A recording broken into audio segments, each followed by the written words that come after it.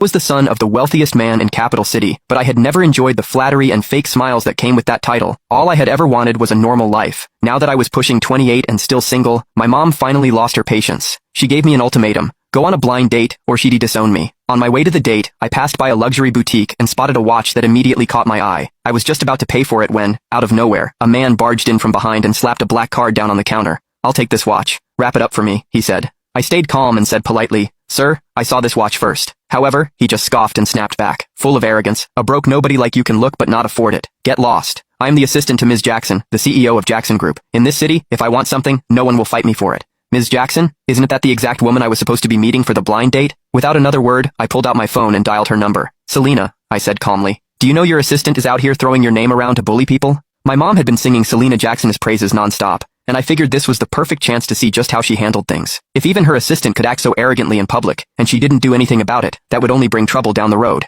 However, her cold, dismissive voice came through the phone. "How I manage my assistant is none of your business. You're meddling too much." Before I could say anything else, she hung up. As the saying goes, birds of a feather flock together. No wonder her assistant was so unabashed. His boss clearly enabled it. Across from me, the guy Leo Woodolph was already laughing like he'd won the lottery. What a joke. "Just look at yourself, all broke and pathetic, and you actually think you can cozy up to our CEO, Ms. Jackson?" I usually kept a low profile. I dressed simply, but that didn't mean I would just let someone walk all over me. "Judging people by appearances is the dumbest thing you could do," I said calmly. "I'd suggest you watch your mouth, or you're going to regret it." However, I wasn't about to waste any more words on a clown like him. I reached into my bag, pulled out a card, and handed it to the sales associate for her to ring up the watch for me. The associate looked at my card, then at Leo, clearly hesitant. She froze, not knowing what to do. Leo just laughed louder. "You low-life piece of trash, are you still trying to act like you're somebody? This entire mall belongs to the Jacksons. If I don't give the word, you can't even buy a single screw in here." Then, with a smug grin, he yanked the card from my hand and flung it toward the entrance. "Waving around some cheap-ass card, thinking you're a hot shit?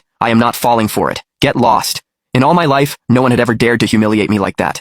Leo had seriously crossed a line. Without another word, I grabbed his arm in one swift motion and dragged him to the front of the store. My voice dropped cold as ice as I ordered, "Pick up my card." The salesgirls in the store stared in shock. "Oh my god, did he really just say that to Mr. Woodolph? Is he crazy? Mr. Woodolph is Ms. Jackson's right-hand man. Offending him is the same as offending her." One of the employees tried to talk me down. "Sir, it is just a watch. It is not worth angering the Jackson Group over this. Please, just let him go." "Yeah, you should apologize to Mr. Woodolph while you still can. Beg for forgiveness. It might not be too late." Leo, clearly feeding off the attention, yanked his arm away and shouted, "You worthless trash! Get down on your knees right now, and maybe I'll consider letting this slide. Otherwise, I hope you're ready to lose everything. Now I've seen everything. After years of seeing Mom threaten people, now it was my turn to be threatened." A cold smirk tugged at the corner of my lips as I turned to Leo. "A dog hiding behind someone else's power, huh? Even Selena wouldn't dare say something as crazy as that. And you? Who the hell do you think you are? Who are you calling a dog?" he snapped.